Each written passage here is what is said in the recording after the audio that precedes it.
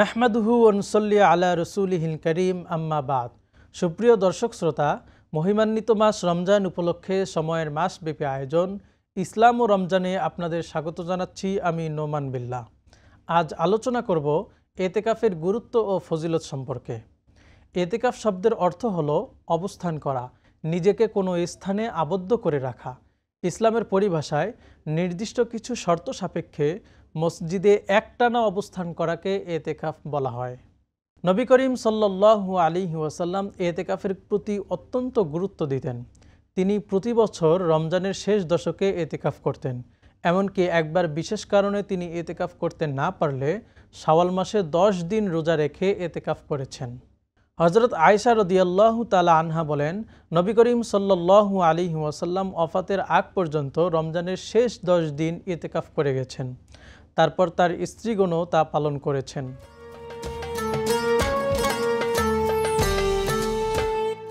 এতেকাফ এমন একটি ইবাদত যা আত্মার পরিশুদ্ধি সাধনে অত্যন্ত গুরুত্বপূর্ণ ভূমিকা রাখে।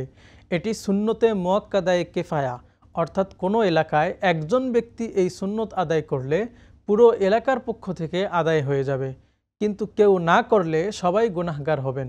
হযরত ইবনে আব্বাস রাদিয়াল্লাহু তাআলা আনহুমা বর্ণনা করেন, এতেকাফকারী নিজেকে পাপ থেকে মুক্ত রাখে এবং তার জন্য সব নেকি লেখা হতে থাকে।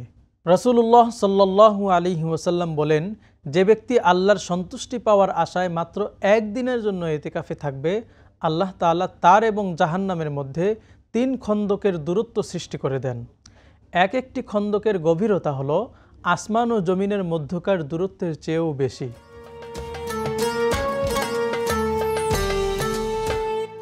এতেকাফে মনোনিবেশের জন্য কিছু শর্ত রয়েছে। 1. রোজা রাখা, 2. মসজিদে অবস্থান করা, 3. অনর্থক কথা ও কাজ থেকে বিরত থাকা, 4. অধিক প্রয়োজন ছাড়া মসজিদ থেকে বের না হওয়া। হযরত আয়েশা রাদিয়াল্লাহু তাআলা আনহা বলেন, ইতিকাফকারীর জন্য সুন্নত হলো সে কোনো রোগী দেখতে যাবে না, জানাজায় অংশগ্রহণ করবে না, স্ত্রীকে স্পর্শ করবে না, তার সঙ্গে সহবাস করবে না এবং অধিক প্রয়োজন ছাড়া বাইরে যাবে না।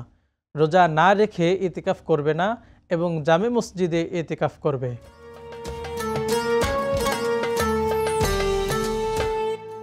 নারীরাও ইতিকাফ করতে পারেন, তবে তাদের জন্য উত্তম হলো নিজ ঘরে নামাজের নির্ধারিত স্থানে ইতিকাফ করা। হযরত আয়েশা রাদিয়াল্লাহু তাআলা আনহা বলেন, সুম্মা তাকাফা আজওয়াজুহু মিন বাদি, অর্থাৎ নবীজি সাল্লাল্লাহু আলাইহি ওয়াসাল্লামের স্ত্রীগণও ইতিকাফ করতেন।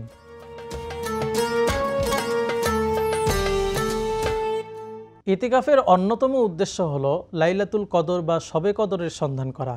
রাসূলুল্লাহ সাল্লাল্লাহু আলাইহি ওয়াসাল্লাম বলেছেন, ফালতামিসুহা ফিল আশরিল আওয়াখির ওয়ালতামিসুহা ফি কুল্লি উইতরিন, অর্থাৎ তোমরা লাইলাতুল কদর শেষ দশকে তালাশ করো এবং প্রত্যেক বেজর রাতে তালাশ করো।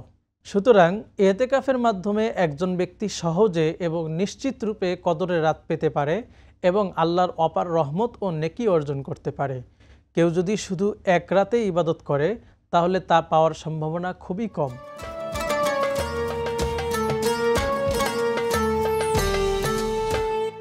প্রিয় সুধী, রমজানের রোজা সঠিকভাবে পালনের জন্য রমজান সম্পর্কিত গুরুত্বপূর্ণ মাসাইল জানা জরুরি। তাই এ সংক্রান্ত 2টি মাসালা এখানে উপস্থাপন করছি।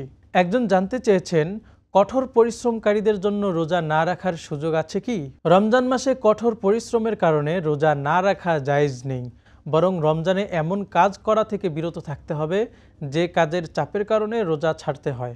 আরেকজন জানতে চেয়েছেন, মুয়াজ্জিন সেহরির সময় শেষ বলার পরও পানাহার করলে রোজা হবে কি? মুয়াজ্জিনের সেহরির সময় শেষ বলা বা না বলা কিংবা আজান দেয়া বা না দেয়ার সঙ্গে সেহরি খাওয়ার কোনো সম্পর্ক নেই।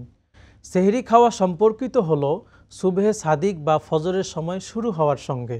যদি সুবহে সাদিক শুরু হয়ে যায় তাহলে মুয়াজ্জিন না বললেও বা আজান না দিলেও পানাহার করলে রোজা ভেঙে যাবে। আর সুবহে সাদিক শুরু না হলে মুয়াজ্জিন সেহরির সময় শেষ বলা বা আজান দিলেও পানাহারের সুযোগ রয়েছে।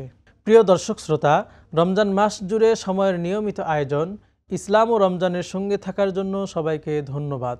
পরবর্তী পর্ব দেখার আমন্ত্রণ জানিয়ে এখানেই শেষ করছি। আসসালামু আলাইকুম ওয়া রাহমাতুল্লাহি ওয়া বারাকাতুহু।